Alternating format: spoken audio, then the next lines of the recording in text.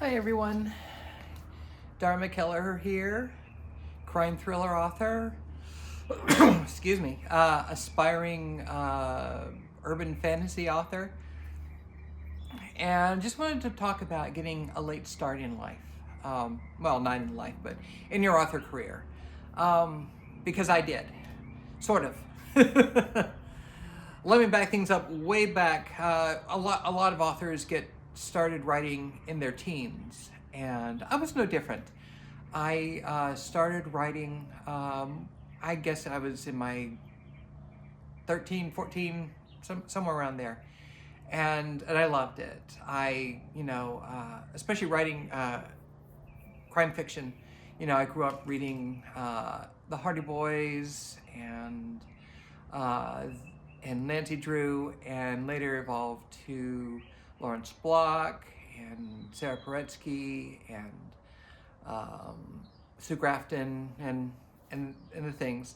And I started, this was back in the late 70s, early 80s, and I was writing my first stories on a Manual Smith Corona typewriter. I kid you not. This was long before personal computers and the internet and everything. And I loved writing, and I wanted to be a professional novelist. I had a subscription to Writer's Digest. I'd go to the library all the time, excuse me, to pour over Writer's Market to find agents and things like that, or places where I could submit my short stories and things. And and even through college, when I got to college, my parents were saying, you got to get a real job. You got to do something where you can earn a living. And they pressured me into going into journalism, which isn't a bad thing, but I learned quickly after I graduated college that I wasn't really well suited for journalism because, one, the pay was crap, and it just didn't touch my heart. I just had no passion for it. I mean, I was good at it. I could write a good news story, inverted pyramid style, or whatever they called it back then.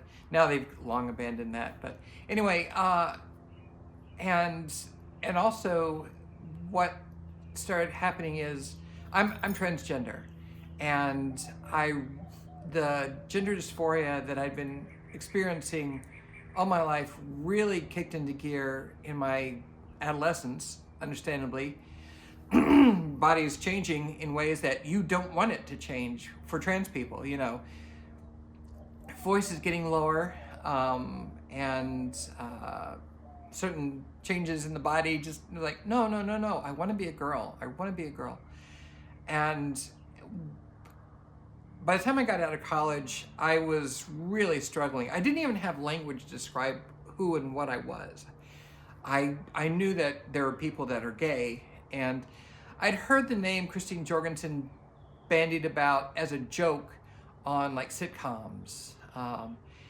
And I knew I didn't want to be a transsexual because that was bad. People made fun of transsexuals. Not that they didn't make fun of gay people too, but and so I had no idea what I was. I just knew I felt like a girl, and I would secretly cross-dress. I had a stash of women's clothing and such. And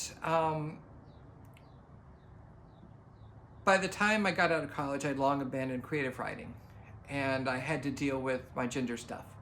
And I did. I transitioned about 30 years ago, and it was hard because everyone that I knew and loved turned their back on me and treated me like an abomination. And I spent decades trying to rebuild a life,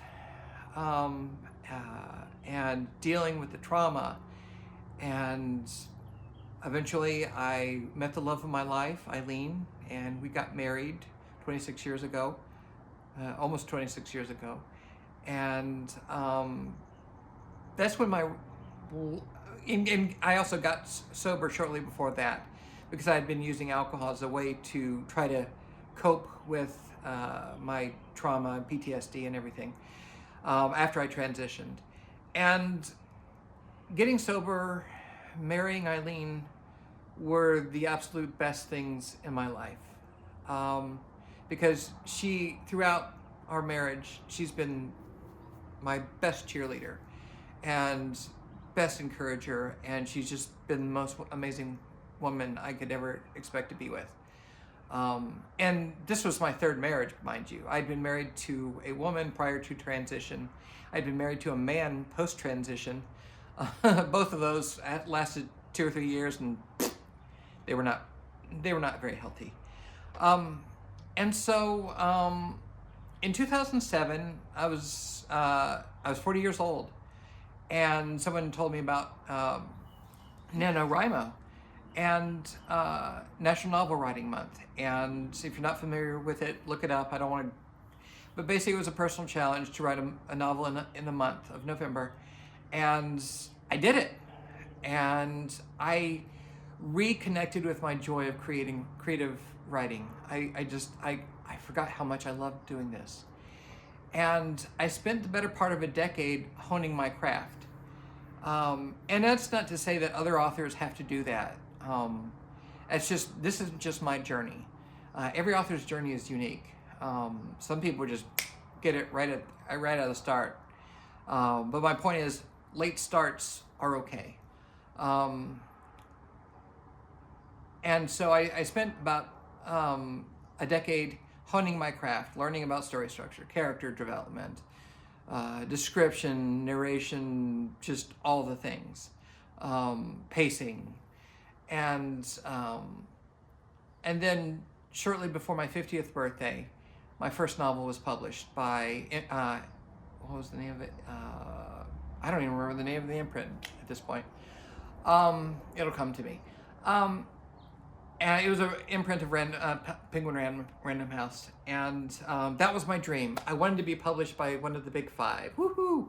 Of course, when I was a teenager, it wasn't just the big five. There were dozens of major publishers, and they've all consolidated.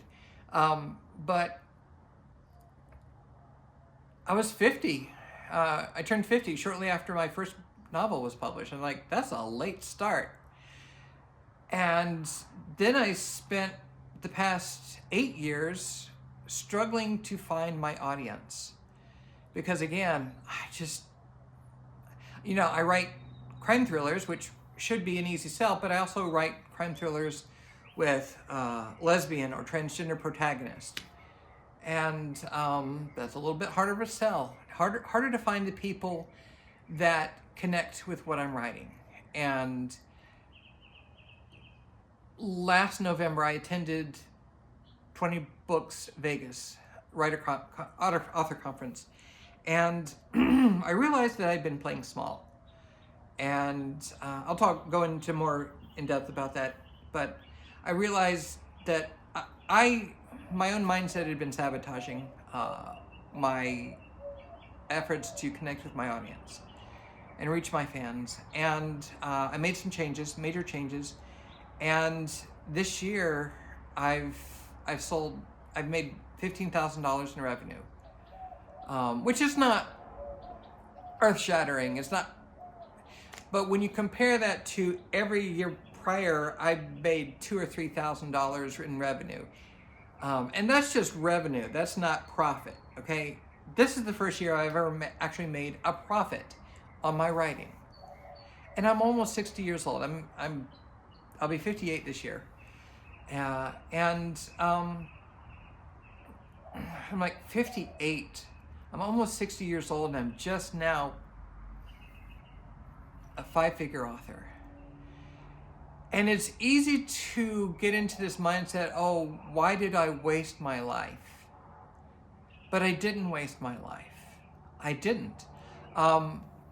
Because all of that time was, I want to say it's grist for the mill, it's fodder for my stories, and it is, but it's more than that.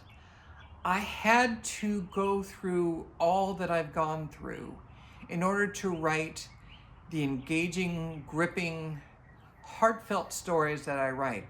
Because while my stories are crime thrillers, and I'm also currently working on some urban fantasy,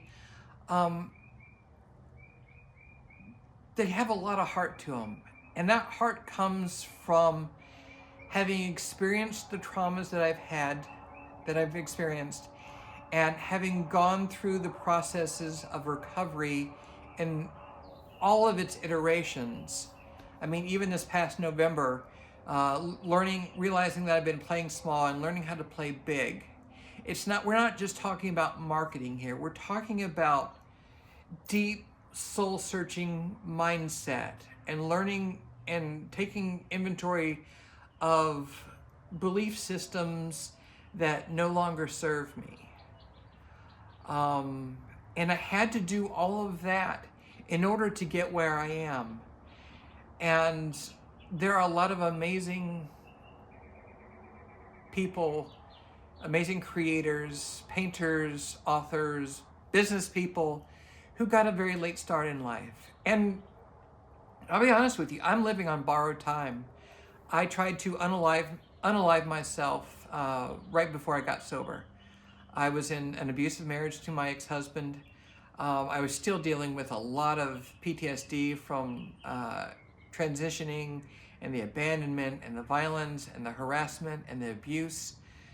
And I tried to unalive myself. And having survived that, every day since then, every day sober, every day I get to spend with my wife is a gift. It's a bonus round. And I've been spending the better part of 30 years bonus rounds. I don't like to use the word grace, but it's an unearned gift. Because for all intents and purposes, I should have died that day. And I'm glad that I didn't, because I would have missed out on so much. And the purpose of this rambling video, because I'll tell you, all my videos are going to be rambling,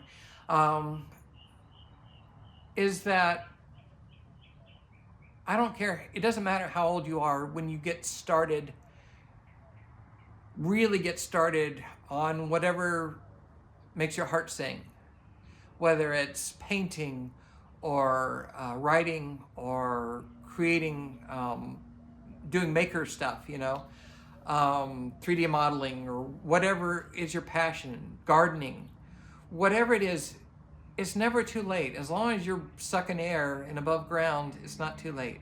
And maybe you won't accomplish as much as you would have accomplished if you had started earlier. I could say, well, if I had kept going when I was in my 20s, kept going with the writing, even as a hobby, I would be so much further on my career. I would have had published dozens more novels in that time. But that's not productive thinking. Woulda, coulda, shoulda. It doesn't change the facts on the ground. And the facts on the ground are, I've accomplished something. Whatever you have accomplished in however late you got started, even if you're just now getting started and you're 60 years old and you're just now thinking, hey, I've got a book inside me, I want to start writing. Go for it. And who knows what you'll accomplish. No one is guaranteed anything in this life. My dream had been to be published by the major publishing houses. And I did that. And you know what? It wasn't as satisfying as I thought it would be, because I hated the covers. The covers were crap. And the marketing was minimal. And the book descriptions on Amazon were not on point. And I say that not to disparage. Alibi is the name of the publishing imprint that published it. They're an imprint of Random House. And I say the things about the cover and the book description and everything, not to disparage them. I have nothing but love for them and gratitude for what they did for me. But it wasn't what I needed for my author career. And I made the choice to go indie. And that's a whole nother video that I'll talk about later. But it's everything that happened when I needed it to happen in order for me to write the stories that I write. And because my stories are a lot about trauma and redemption and healing and loss and love and just all the humanity that I wouldn't have had prior to going through the trauma and the recovery process of that. I think, maybe. Which is not to say that 20-year-olds or 30-year-olds can't write heartfelt, amazing stories. I'm not saying that. I don't think I could have. So I have no regrets. And even though it took 8 years of publishing for me to find my audience, I'm glad that I am where I am now, even at 50, almost 58 years old. And so you're not a failure if you're starting late, okay? That's the purpose of this video. Love yourself. Cherish the lessons that you've learned along your journey. Your life journey and your author journey is unique to you. And treasure it. And don't compare yourself with other people. Adam Savage did a great video on this recently, talking about what they called the comparison trap. Joanna Penn calls it comparisonitis, where it's like, oh, if only I did it like they did, or why do they get all the success and I don't?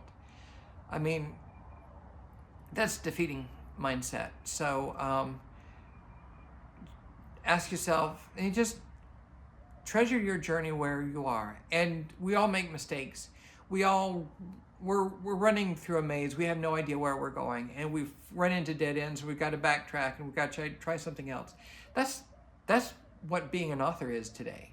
And I think it was what being an author was 30 years ago. Because, you know, back then you were beholden to the big publishers, and